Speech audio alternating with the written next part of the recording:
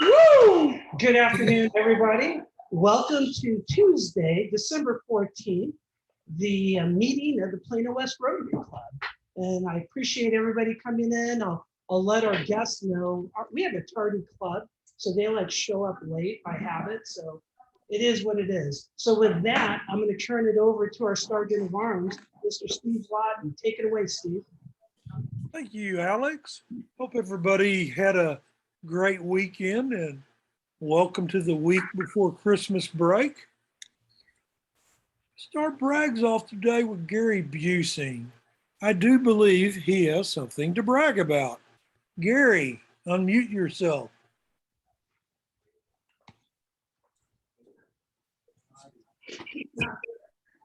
Gary. Hello, Gary. I see his picture, but he's not in it, Steve. Okay. Well, I'm going to brag for Gary. Here he is. Here he is. Gary. You're muted, man. You're muted. Steve wants you to brag. Did he just leave? Hey, Gary. He locked himself off. Okay, now he's gone, Steve. Okay. His son just got engaged over the weekend. So want to congratulate Gary on that. Let's see. Who wants to brag next? Anybody in particular want to brag, or you want me to call on you? I'll step up. I have a giant brag. So I want to thank everybody who signed my ballot petitions to help me file yesterday for county commissioner. I am officially on the ballot. So I am thankful to each and every one of you that's in this room and on that call who signed my ballot petition to help me get there. I am bragging on all of you who helped me to make Collin County a better place. Congrats. I'm bragging on John because he's got the money to run. Well, who wants to brag at Normus? I do. Let's go Okay. ahead. Well, you can't see me. Keep your camera. I know. So quick brag. It's not a brag. It's just I want to. We lost a very special Rotarian recently. Not we, this club, but our district, Beverly Grogan, past district governor, and a special person. So I think right now, as we speak, our funeral's going on. But I got to know her. We got to know her most in Toronto at the convention. Kind of hung out with her son there. So, but it just a passion for Rotary, such a passion. Oh my goodness. So I want to thank Beverly for everything she's done. She said for anything for her, no flowers, give to the foundation. You know, but that's Beverly. So. Thank you, Glenn. Would anybody else like to brag at Normus? Come on, ladies, help me out. I just called you. I want to brag on this club for the pecan sales. I'm down to probably 2 cases, but I kind of hang on to those because invariably somebody always wants some at the last moment. So big shout out to the club. Thank you. Thank you, Fred Beemendorfer. Joanna Snowden, would you like to brag today?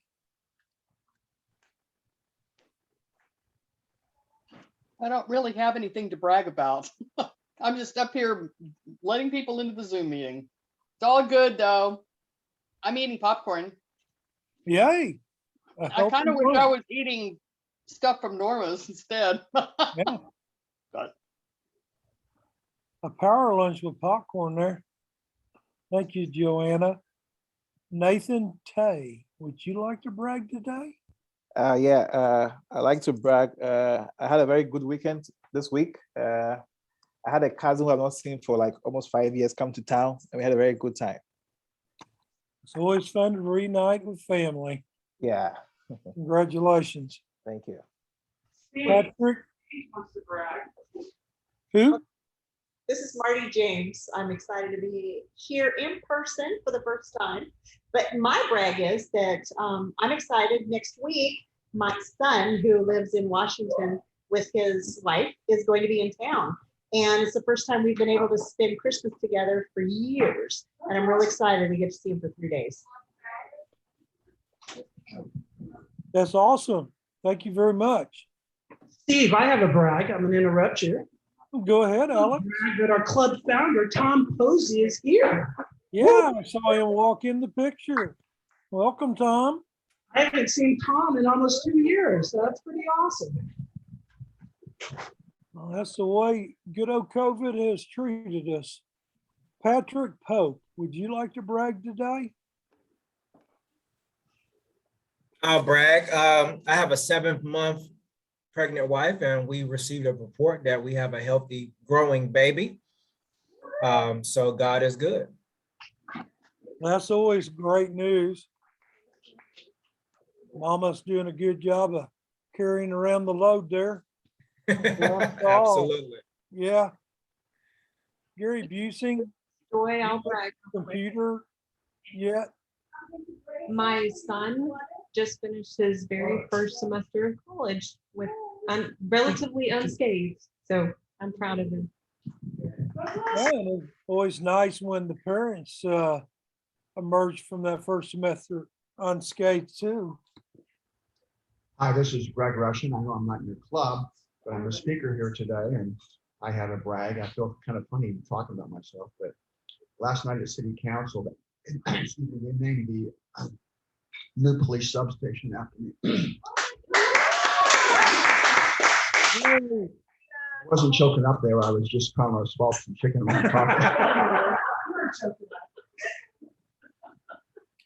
Fantastic. Tom Posey here. I don't know what to say. Anything you want to brag about, Tom, or just the fact that you're there?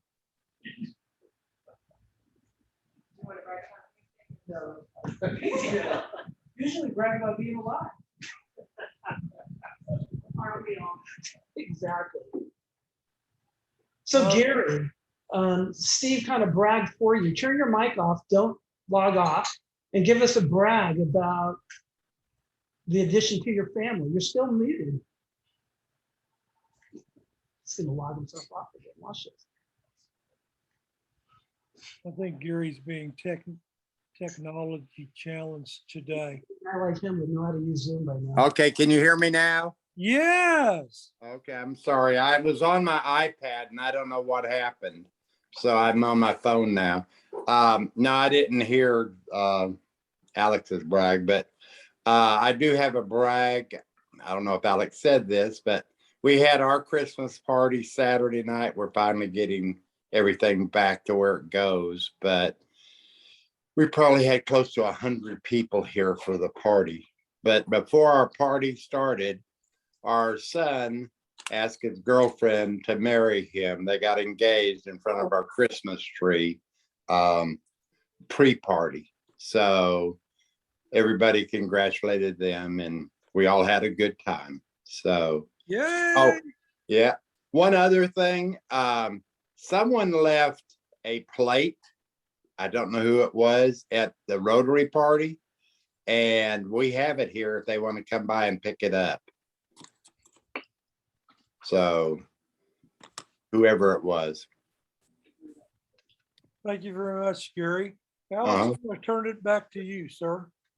All right, we need everybody to reach out to their friends in our club.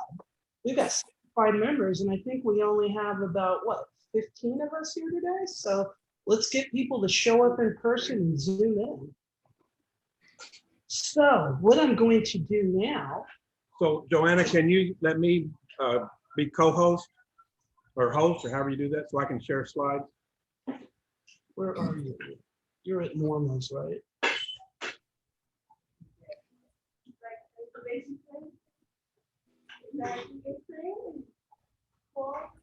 There we go. We're going to try something new today.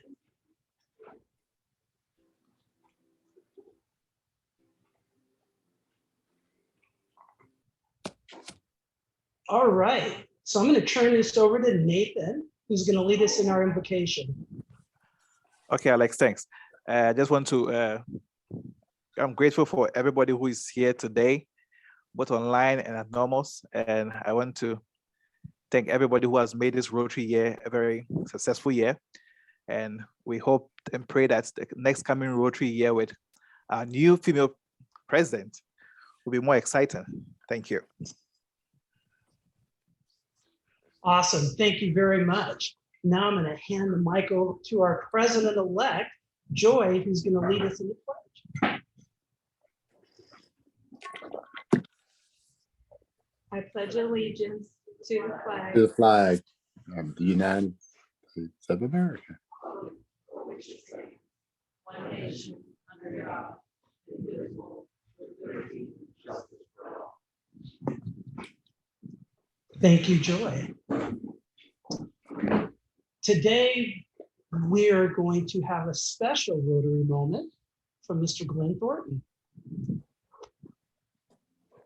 Rotary Foundation. He meant foundation moment. That's also a Rotary moment. So I want to talk just a little bit about Rotary points.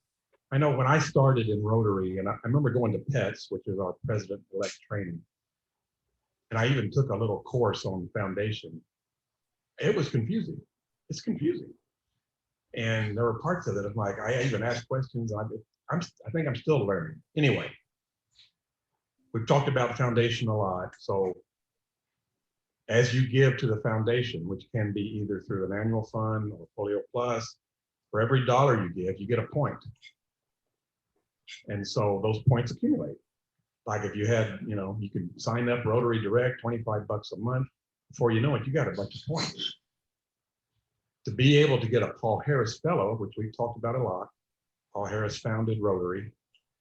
If you get up to $1,000 or 1,000 combination of dollars or points, you get this Paul Harris Fellow Award, and it continues for every 1,000.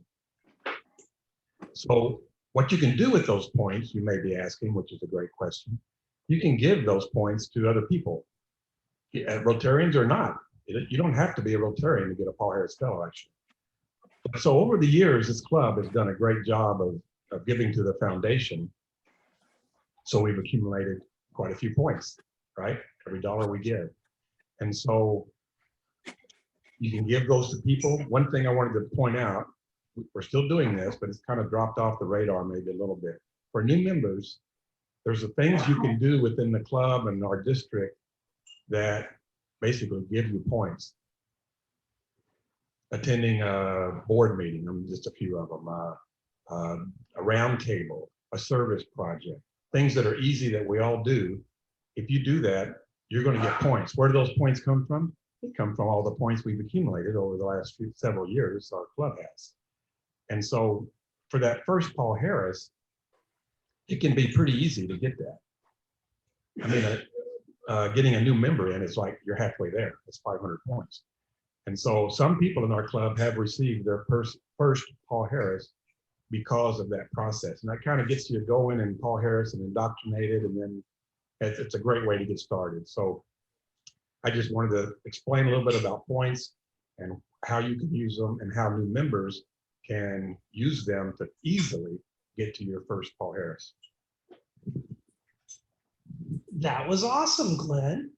Yes, and given that our club has about 40 plus new members, there's a lot of people that are eligible for the Paul Harris points. So as he said, it takes $1,000 of points for Paul Harris Fellow.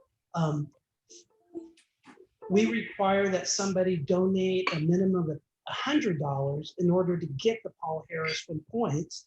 And you get that, like he said, if you recruit a member into a club, I think that's like 500 points. If you do a service project, that's like 100 points. And so it's really easy if you just do things in the club to get those points and then donate the $100 and you got your Paul Harris. And then you are honored for life. So thank you very much, Glenn. That was great. We haven't covered that in a while. Oh, you're doing this. All right, we're going to do the club business. I do want to point out to the club, the next roundtable is very, very important. They're all important, but this is the most important because our club is hosting it. So We did it last year, but it was all over Zoom. And so Bianca gathered a number of club members to prepare a video talking about what we did. Her and Jen are evaluating what we're gonna do. But what I need, and we also have to buy breakfast for 40 people who are gonna be in Irving. So the roundtable's in Irving, and we're gonna be talking about our club. And so I need everybody to show up. Because normally it's like, what, me and Glenn for our club.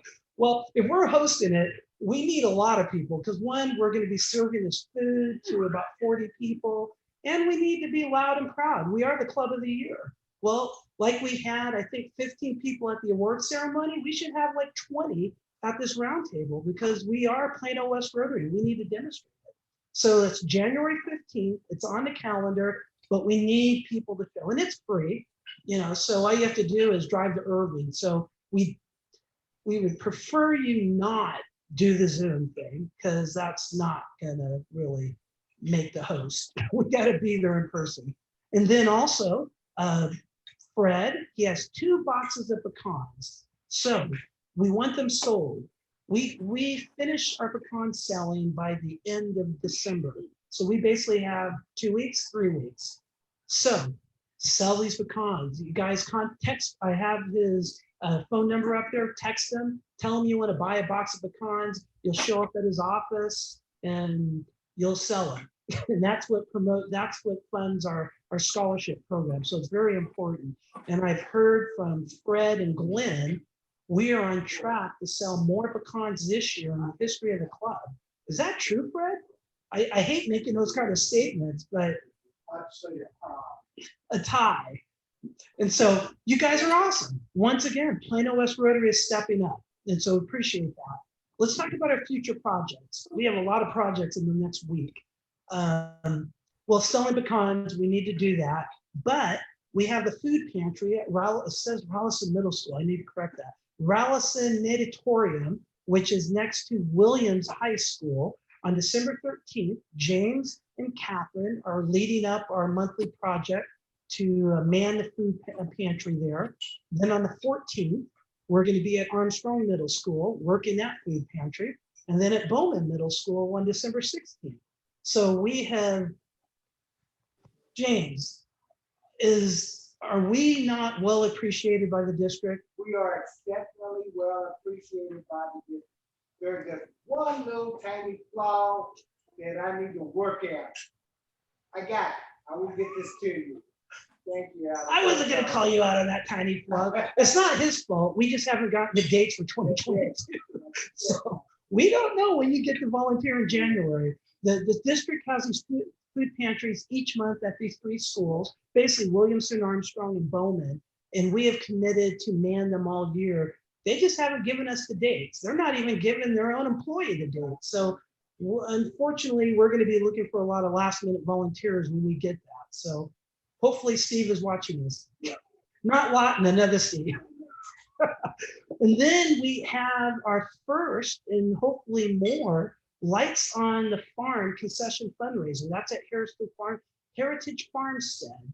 Jennifer Schertzer is the team leader for that. That's on December 18th. And if you don't remember, what we're doing is I think we have 10 volunteers. We're going to work their concession stand, and we get the tip jar, which is about $100. So we're going to be helping Heritage Farmstead work the concession, which makes everybody happy. Our volunteers are going to get a t-shirt and they're going to get a free ticket to come back to Heritage Farmstead. So this is a rarity that we're actually getting something for volunteering. It's not that we ever want to, but this is a fundraiser, but it's a lot of fun. And then we have, that's what we're doing for the rest of the month. So we basically have 4 projects between now and the 18th. And then I listed the first project in January.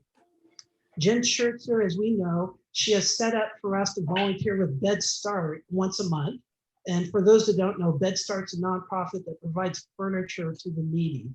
And they've been doing it for years. And these families, you know, I have not been on this project, but I heard you show up at these houses, they have nothing, no furniture. They're sleeping on the floor. So we're providing beds for the kids, furniture for the family. And these are families that are qualified in need. So this as well as the Heritage Farmstead. There's only 10 volunteers needed. So sign up because it fills up quick and it's a lot of fun. Marty, yes.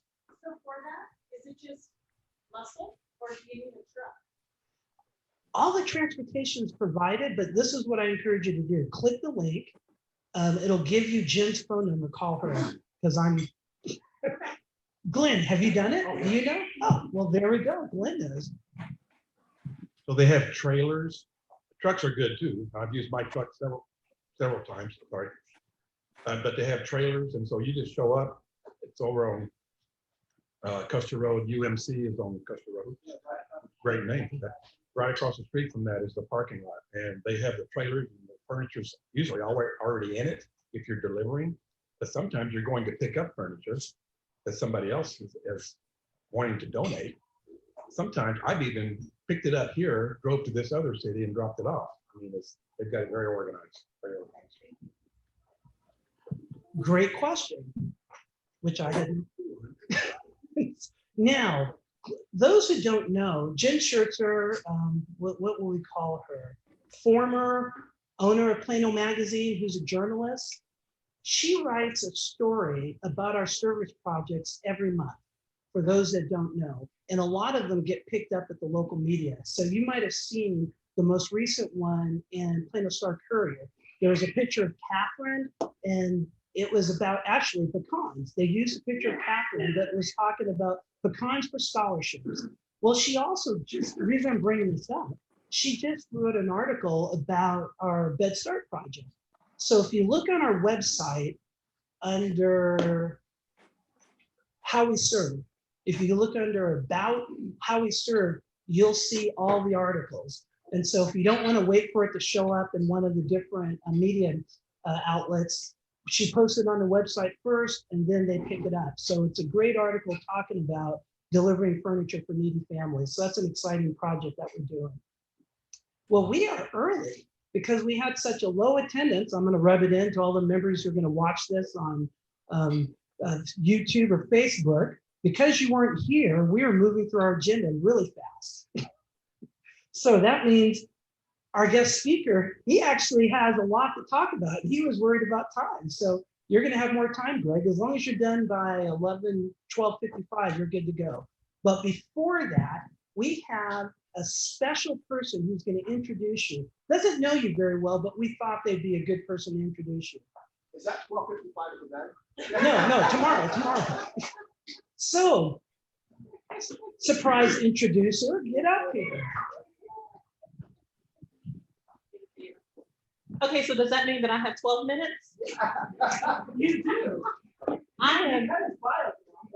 Well, I know, but can I wing it? So you all can read all of that, everybody online and here. But because I have had the pleasure of working with Chief Rushin since 2001. My boss. For a moment. But before that, I worked with him through HR. And this is what I'll say. Yes, he has all of these accolades and he's done all these things, but there's nothing like getting to know a person. There's nothing like being able to work directly with a person, because I can read things like this and I can say, well, okay, that's good. So he has the resume and he has the pedigree and he's done the work. And so what? But who is he really as a person? And that's why I'm so happy that I get to introduce you today. I still call him Chief Rushin, so y'all forgive me, even though he's Deputy City Manager Rushin right now. And what I know about Chief Rushin is this: not only is he one of the most loyal and committed public servants that I've ever seen, there is something that he does so well, that you do so well, Chief, in terms of the balance. In fact, I was out telling folks that he has his master's degree in industrial psychology. He said, no, I don't. I said, well, you act like you do.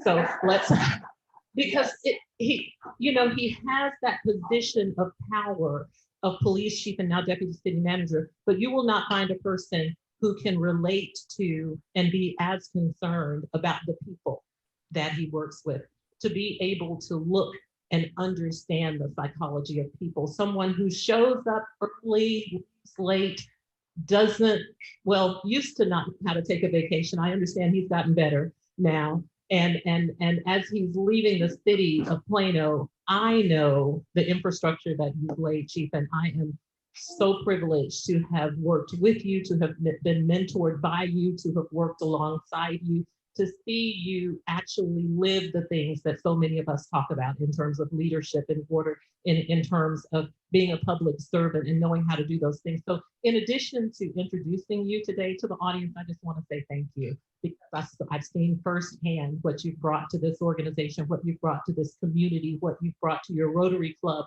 what you're going to give to us today. And I know that it all comes from the heart.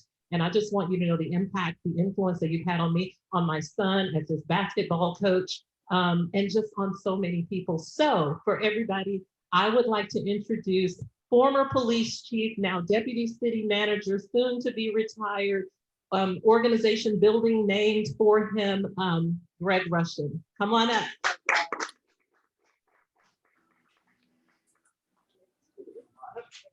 Wow, that was a great buildup. Hope I can live up to that. You already have. Well, you know, I have kind of a dilemma today. I prepared two different talks because Alex and I talked, and he wanted me to talk about time, looking back at my time here.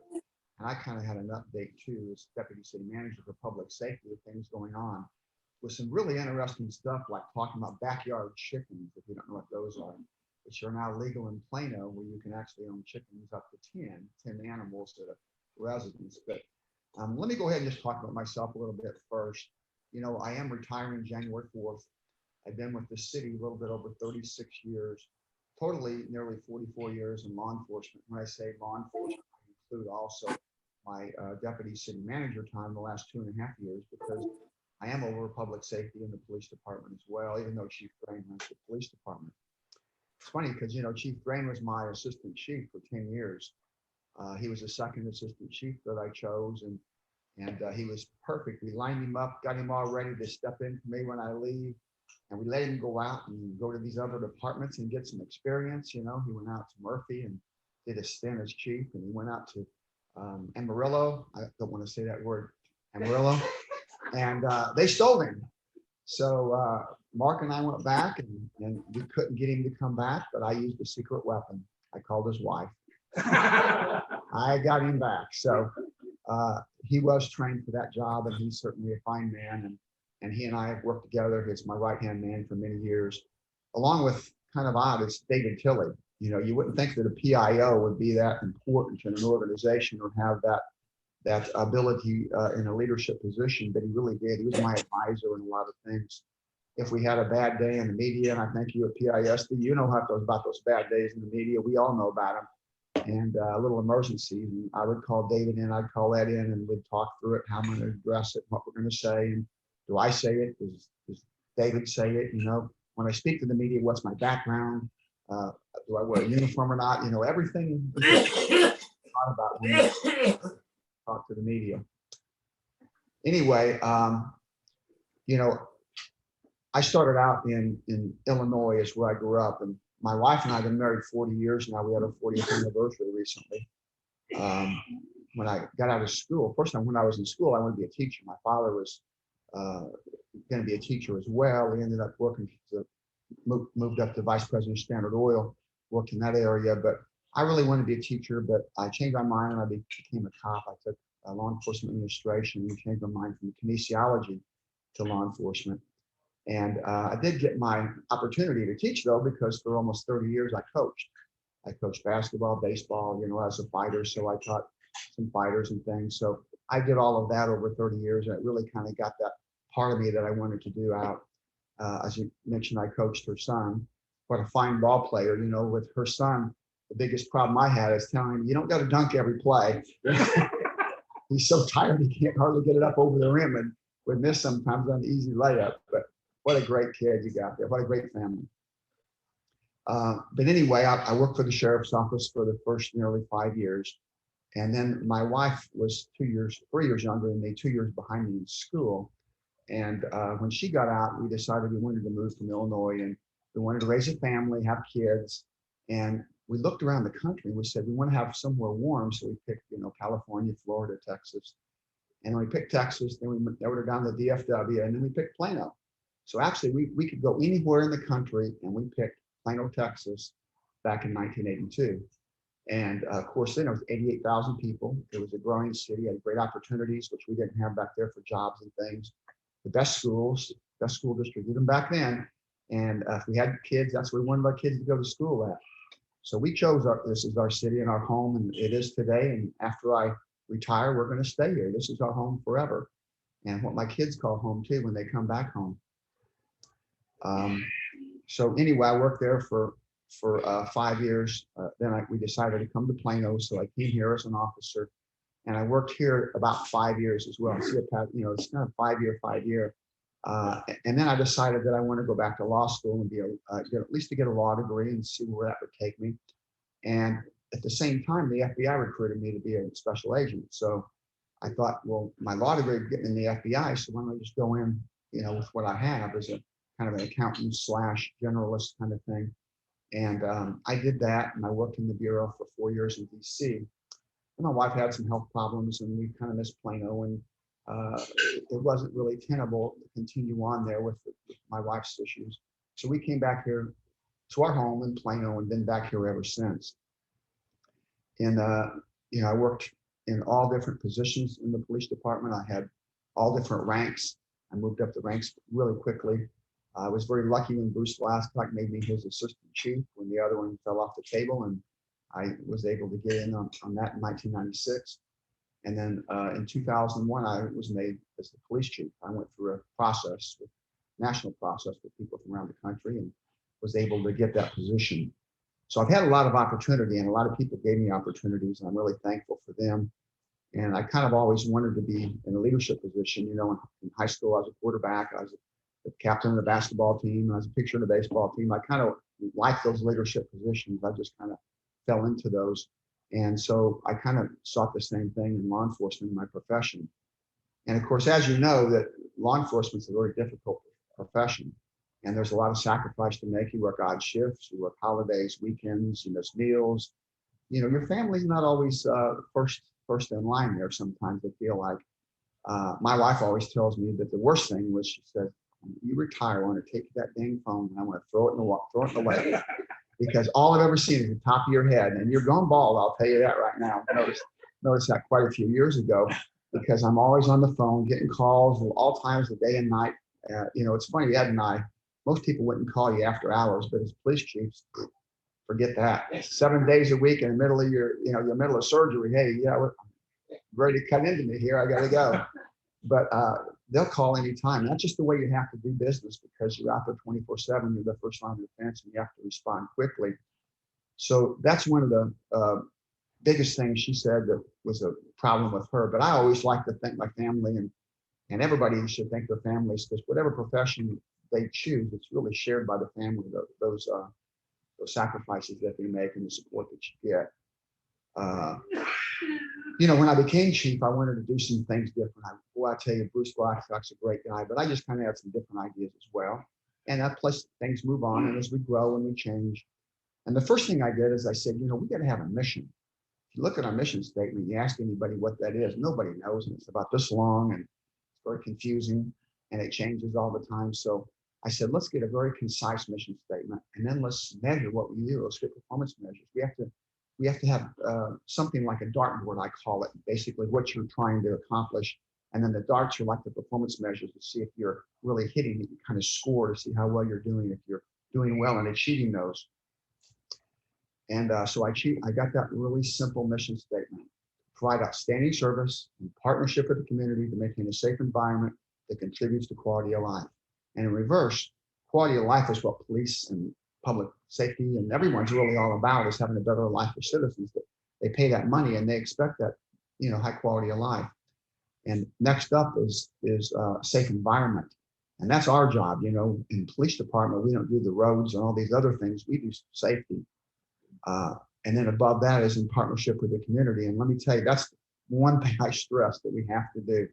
The more you engage your citizens, the better you're going to be, the safer city you're going to be. You can't do the job alone. And you have to have the trust and respect of your community. And then, of course, the first is outstanding services. You got to do the right things the right way. And you got to treat people right. You got to listen to them, let them have an ear, try to understand their situation. we meet people, we don't have people call us and go, hey, it's a beautiful day outside, the birds are singing, come to my house. No, they call us when things are going to hell, when they have problems, they've been hurt, they've been injured, they've had things taken.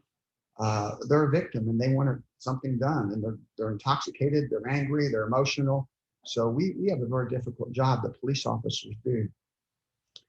As far as engagement with the community, I mentioned that, I told every officer, whenever every officer came into the department, I told them that when they're going to get something that they couldn't afford for any amount of money, they couldn't buy for any amount of money when they got into the police department, and that's that badge. And that with that badge comes with them an instant trust and credibility that they're going to have with the community that they didn't earn at all, but they earned from other people over the years of earned, and they have to protect that. They have to do the good job. They have to treat people right and protect our reputation. But with that comes discipline. And I fired a lot of people and I disciplined a lot of people. And some people thought I was a little bit heavy-handed, but they know coming in, and I met with every single officer in the interview and I told them the same things. Two things I told them. I said, the two things you're definitely fired for, if you do it, just get the hell out of here before I don't have to even fire you, because you're not going to be working here. One is if you lie. And I want people to lie in the right way. For example, if you see a child that suffers horribly and dies a terrible death, and the mother walks up and goes, did my son suffer much? You don't go, oh yeah, it was the worst thing I've ever seen. No, you say, no, ma'am, I don't believe he did. But when it comes to court, when it comes to relaying facts, writing reports, criminal investigations, internal, you got to tell the truth. If you don't have that respect, it hurts the whole organization, and you don't have the right to work here any longer. The second thing I've told them the entire time I was chief is discrimination. If it's race-oriented, gender, religious, any kind of discrimination where they come up and they use, racial epithets or says something about maybe a religious group or about females, we're not going to put up with that. And that also just destroys our reputation. And when you do something like that, it isn't just the one officer. They don't go, oh, that officer did that. They think the whole department's tainted by what you've just done. We can't have that. We have to make sure that we hold true what that badge story I told these folks. We got to protect that as well. And that's my job, is to do that. As you can probably guess, we have organized labor, and sometimes they don't always agree with me, but we always try to work together the best we can, particularly for the benefit of the community. But on those matters, sometimes they had their lawyers and we had ours, and we had to go to the arbitrations. And LaShawn's a former HR director on BCM. She's well aware of that stuff as well. I think you were the civil service director too. I had quite a few times I went to that. But another thing that I did is the performance measures I didn't mention were crime rate, traffic safety, timely service, and quality service we created. And crime rate's really the best measure, because if you're going to have a safe community, you can measure equally with other departments to see other cities how safe you are compared to them. Everyone else does it. The FBI does it, and we did it. Secondly, is traffic safety. The number one way to get killed or injured in the city is going to be from a traffic crash. So we try to really watch and see how we can reduce those crashes. And we focus on the crashes. We don't focus on tickets. Tickets is just the way to make them reduce crashes. We focus on how we can do that. And thirdly is timely service. And we all know how important that is. You don't want to call the police and wait 30 minutes when somebody's breaking in your house. You really don't want to wait 30 minutes when you have any call, really. So we watch our response times, 5 minutes or under for emergencies and 8 minutes or under for all calls. And of course, the highest priority calls be much quicker than 5 minutes. That's the average, our goal. And when I left the police department in 2019, we had the lowest crime rate in history. We had the best response time. Our crashes were a bit up because we just got rid of red light cameras. And I can assure you, there is a correlation between crashes and red light cameras. They go down with red light cameras. When you know you're going to get a ticket, you don't run red lights. When you don't run red lights, you don't have crashes. I mean, it's pretty simple. I didn't have to go to school on that. I mean, you can figure that out yourself. But you hear all the arguments about it. But that's all over. It's in the past. But that's the reason we had that. But we ended in a really good year, and has continued with that good record and the good stats and all. Crime can still happen to any of us, though. And it's when it happens to you, you don't care about statistics. You care about, hey, I got robbed or I got burglarized. And so we do have a strong group, which I've expanded as far as victims assistance. We brought it in-house from outside where we had somebody else was doing it for us, and we added people to it as well.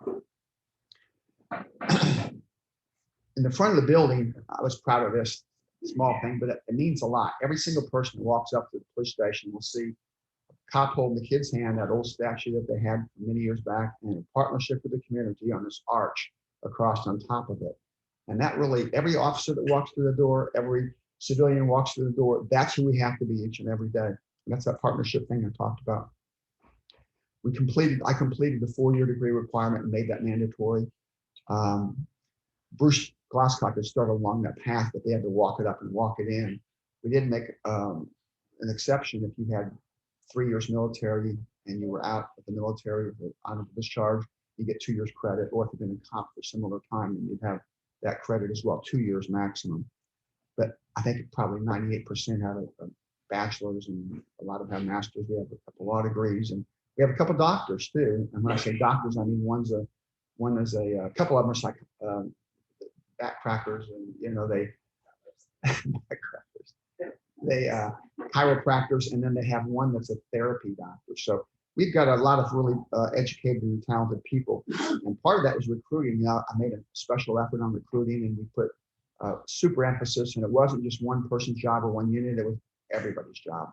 It was every single person in the department. And I went to the city, and when I got a chance to talk and told the public it's their job as well, and also it's the other city employees. I wanted everybody on board trying to help recruit. And I was probably the biggest recruiter in the world. Every time I went out somewhere, you find me in a gym somewhere, and I always recruit in the gyms. I don't know why, that's a good place to get some good folks. I don't go to the bars, I go to the gyms. And I had meetings with all the recruits. I ran with every recruit. When I started, it was just me and them. And then later, others wanted to get involved, so I let them come on. It became bigger than I really liked it to be. Then we turned it into later runs to remember the 2 officers that we lost over the years, because we never want to forget those people. We got and their sacrifice. We got markers for them, and we run to the markers. And one of them was a 3.5 1 mile run, and one of them was like a 2.5 mile run downtown. One for Green W. Rye, who died downtown, and one for Wes Hardy, who died out off of Independence, just south of McDermott, between Hitchcock and McDermott. So, you know, I tried to make sure that the recruits all heard from me and heard my philosophy, and we talked, and I had my staff with me as well, my upper staff. So when they get out in training and somebody goes, you know, that stuff you heard, forget it. No, you don't forget it, because that's not what we're about, and you can't have that either. But I got a lot of new units, intelligence units that would, you know, look at specialized crime and things. Sex crimes unit to reduce recidivism, because those are people that have the highest recidivism. So every time you're a sex offender in this city, you look across the table from an officer that works sex crime, they look at you, they know who you are, they ask you questions when they register you. So we have a high focus on that. We can put a person at the VA's office to do the cases there, because you can make cases all day long, but if you don't prosecute them right, then you have a problem. And to help the officers quite a bit, because they have to always go to court. This officer could testify for them in the grand jury. And then also help when they had subpoenas and things. A high visibility unit for traffic, not just the traffic unit, but these people are just the main roadway, so they're seeing, stopping cars, slowing people down. And that's where we have the major accidents. Most major accidents is on those high-speed roads as well. A tracker unit, where we had a lot of thefts. So thefts in construction zones, thefts of, you know, you name it, residences. We had thefts all over where they were just stealing bicycles, little crimes of opportunity. So we got trackers, and we put them in bicycles. We put them in, you know, stacks of shingles and equipment, and like when they put in the appliances in new homes, whatever, and we track them. And the guys are home, and alarm goes off, and they know, hey, something's moving. And they get on there and they track it, call in with dispatch, and they get a guy on it, and they stop him and arrest him. And let me tell you, we had a lot of thefts going on. It was so nice, because when you know somebody took something, and you know they're sitting in a house in Dallas or Garland, go up to their door. Can we have those appliances back?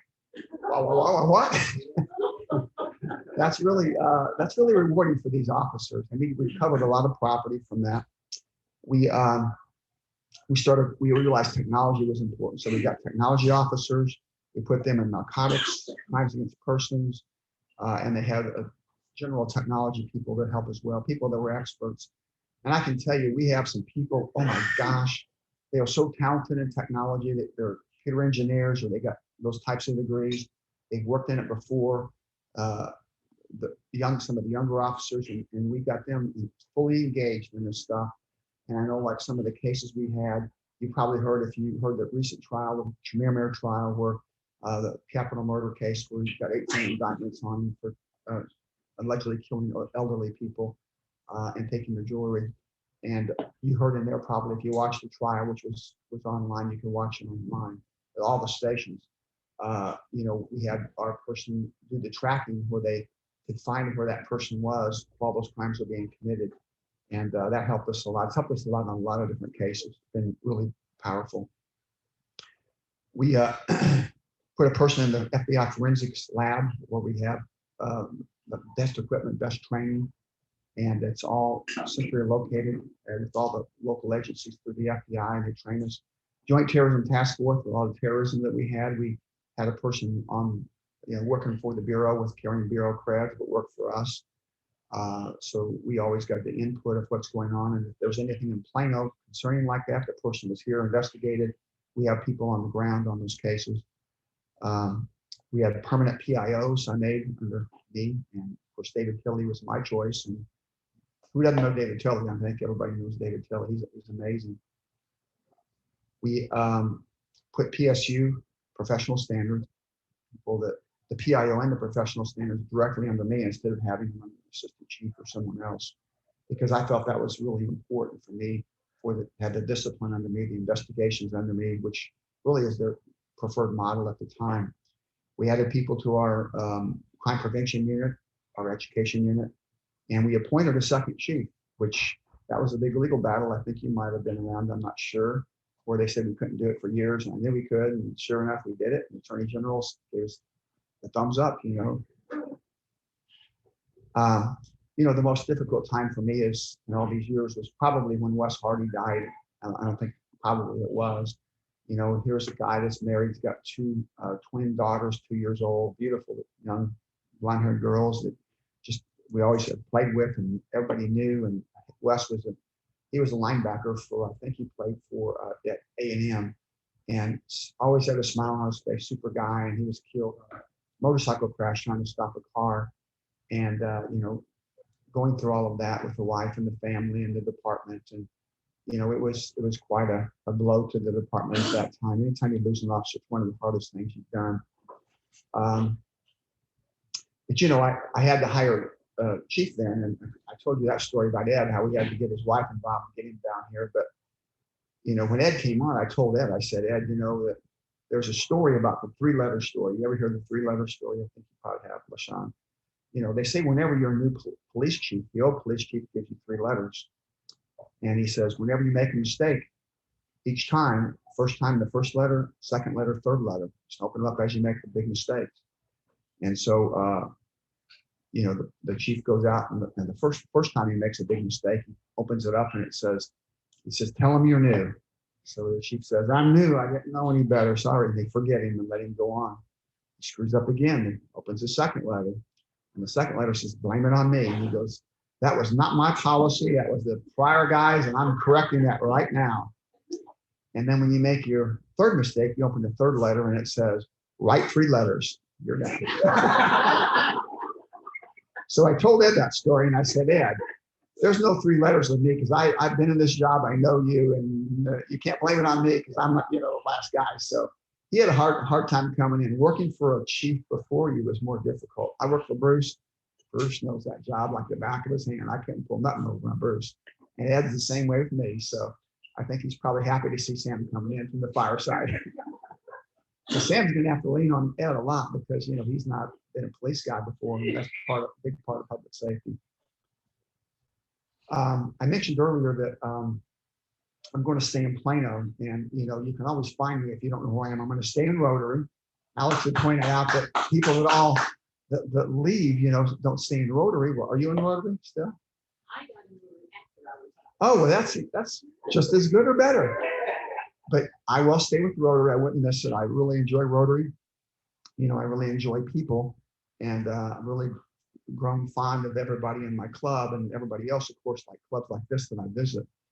But I'm going to be you can find me in one of these places, Parks and Rec building, working out. Seen Alex there many times before. On the trails, riding bikes or running or whatever. Volunteering, and I'm going to volunteer a lot more. So we'll look out. And I know you guys are a high speed club, but we may give you some competition over there. We'll see. Yeah. Well, I'm kind of with my club there. You know, I've been there for over 20 years now. You guys meet here? Yeah, we meet here. That's right. In fact, we're using my. Who told you could do this? I did. Yeah, I'll talk to him. There's no reason we can't share this stuff. But how much time I got there? About 2 minutes. Oh, no. Dude. Panhandling. Let's talk about panhandling. You know, people have noticed probably more panhandlers. Well, there's been a change in the law. The Supreme Court has made a ruling about people's First Amendment rights, and speech is protected whenever people are panhandling. And then there are some other cases in the 10th Circuit, which is Oklahoma City, where the 5th Circuit, they aren't directly related to us, but that is kind of advisory, where they found that they had more findings that would support their ability to do that. So really what we have left at this point, they've taken away all the ordinances now that had made it illegal to panhandle or stand on the side of the road. And now if they get into the road, it's a violation, but they have a right to panhandle under the law. So it's more about being in the road, not about panhandling. So if you do see somebody in the road and it's an issue, let us know if it's unsafe, it's, you know, slowing down traffic, whatever it might be. We've got more calls on that, I think, than anything else. And that's just a really short synopsis of where we are with that. I talked about chickens, and if you want to learn about chickens, you can get back with me on that. That's hopefully you don't live next door to me. But Omicron is the new. Let's talk about real quickly, because one of the things I have COVID.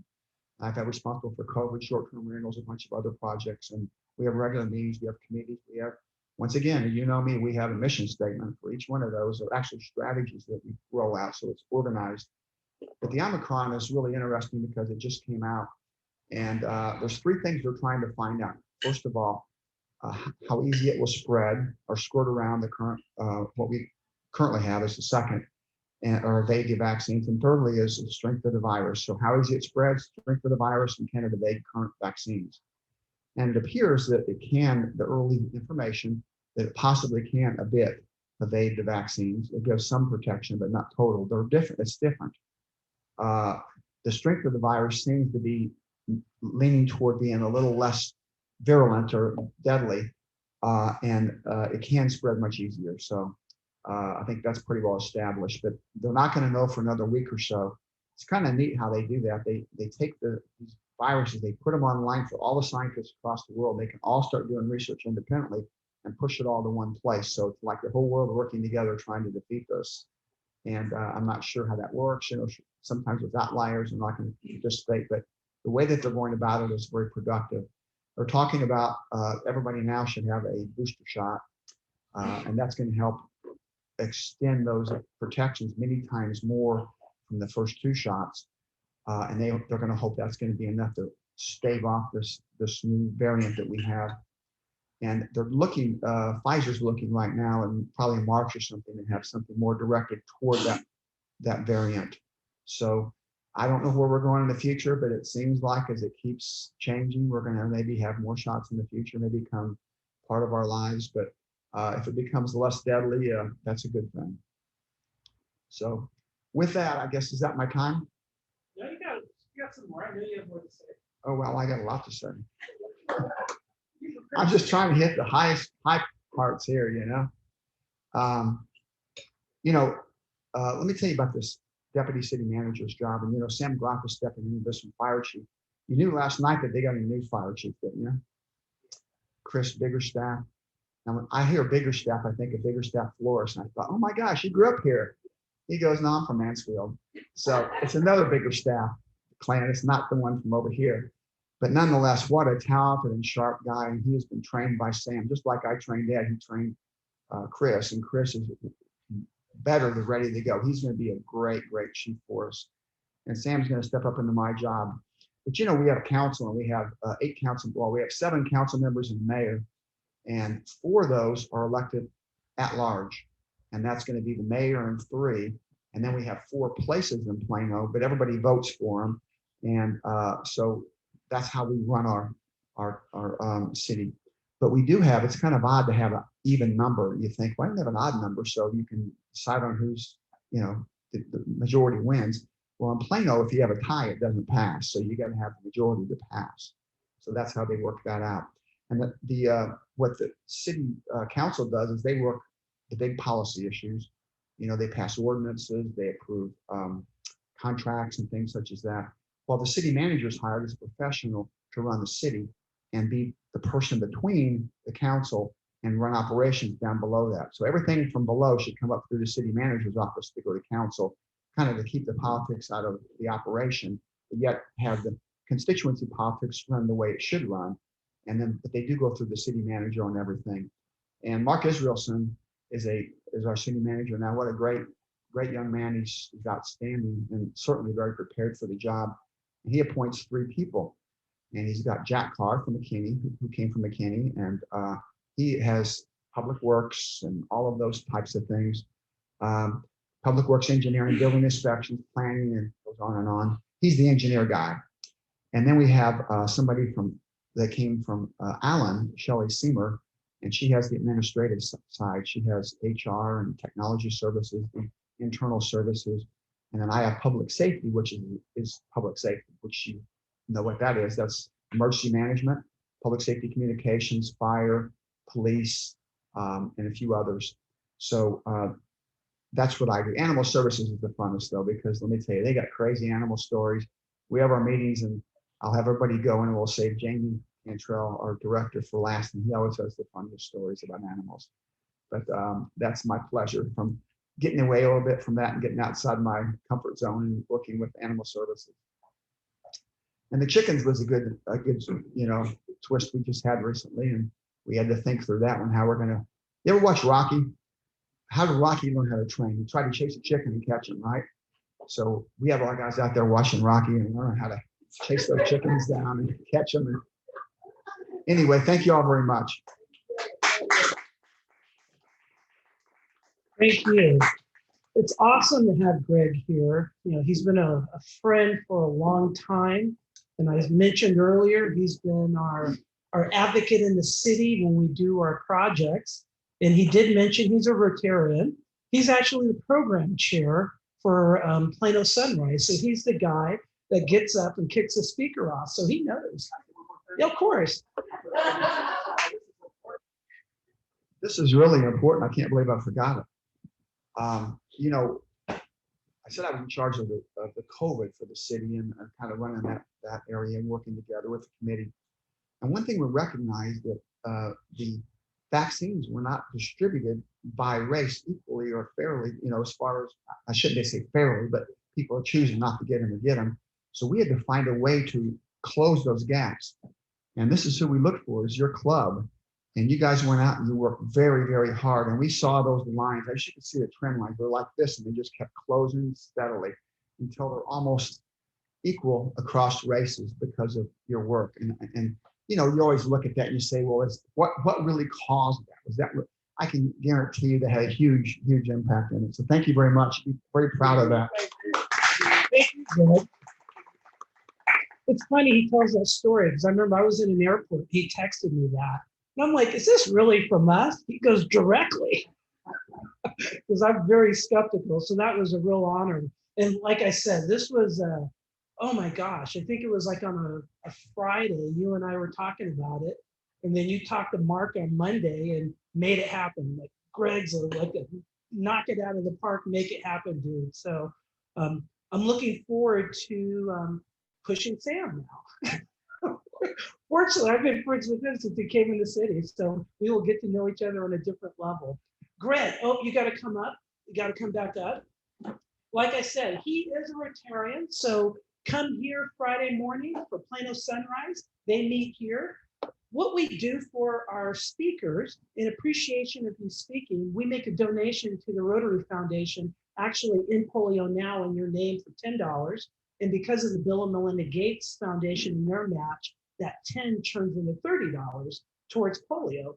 And then, as you know, Rotary's using our polio infrastructure for COVID.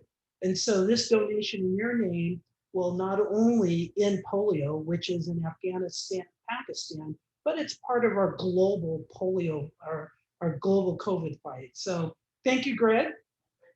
And the fact that he's not leaving Rotary is huge. And he might have a family member that'll join Rotary, right? Well, I don't know. And so that would be awesome. I'm so glad because I have pointed out to him and LaShawn, every city employee that retires, they quit Rotary. And so he will be the first to not quit and stay. And then LaShawn has the honor of retiring and then joining Rotary after everybody asking her to join for many, many years. So it's pretty awesome. Well, now to close out our meeting, we are going to ask for Mr. Thomas. Oh, yes. Oh, okay. Thank you, Glenn. Don't come next week or the week after. I'm really speaking to James Thomas. He has a habit of showing up whether we meet or not. So the next 2 weeks, we have no club meeting. It is, oh, this thing is all in my screen. January 4th, our state representative, Matt Sheehan, he's going to be talking about what's going on. So it'll be a great speaker to hear about what's going on at the state level. So don't show up, people. 2 weeks, don't come. That's important. Don't text me. Where is everybody? I'm going to ignore you. I am not, I think Jen Schertzer said that. She goes, she's taking a break from all volunteering until like January. That's me. Don't text me, call me, email me about Rotary business. So we're all taking off. Yes, Greg. We used to have somebody would come the day when they didn't have it, whoever showed up got fined. And then so if you showed up, no. There's only a quarter. No. You know what I do for a living. He's loyal. I'm an ISP person. Mr. Thomas is going to lead us in the four-way test. Thank you, thank you. Okay, before I say that, I do want to share, I have the same issue with the chief. I just have an issue calling him Greg because he'll always be the chief to me. It's so tough. So thank you, chief, for being here. All right, the four-way chat of things we think, say, or do. Number one, is it the truth? Number two, is it fair to all concerned? Number three, will it build goodwill and better friendship? And finally, number four, will it be beneficial for all concerned? Rotary! Thank you very much. Have a great Christmas, happy New Year, happy holidays. And see you January 1st. Bye.